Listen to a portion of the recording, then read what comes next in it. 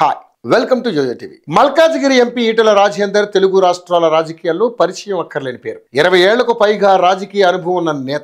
అప్పట్లో ఈటెల పార్టీ మార్పు పాలిటిక్స్ లో ఓ సెన్సేషన్ అని చెప్పాలి. బీఆర్ఎస్ నుంచి బీజేపీలోకి చేరారు. ఆ తర్వాత కేసీఆర్ టార్గెట్ గా తూటా లాంటి మాటలతో సవాల్ విసిరారు.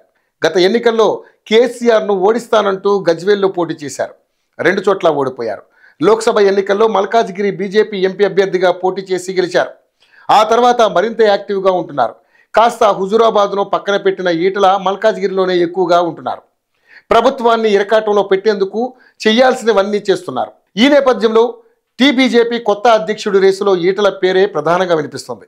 ఇప్పటికే ఈటెల హోంశాఖ మంత్రి అమిత్ షాతో ఉన్న సాన్నిహిత్యంతో ప్రయత్నాలు కూడా చేశారు.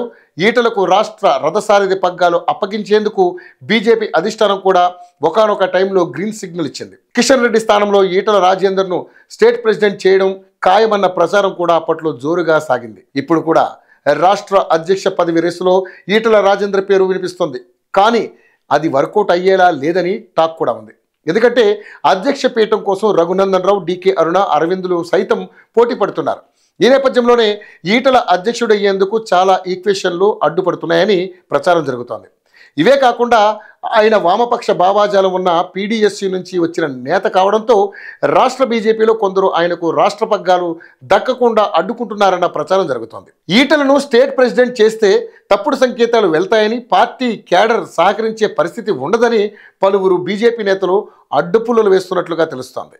అందుకు ఆయనకు ఆర్ఎస్ఎస్ బ్యాక్గ్రౌండ్ లేకపోవడం కూడా ఒక కారణం. అంతేకాకుండా బీజేపీలో చేరిన తర్వాత కూడా ఈటెల పార్టీ భావాజాలాన్ని పూర్తిగా పునికిపుచ్చుకోవడం లేదని, సొంత ఎదుగుదల కోసమే ప్రయత్నం చేస్తున్నారని అధిష్టానం పెద్దలకు కొందరు ఫిర్యాదులు చేసినట్లుగా సమాచారం.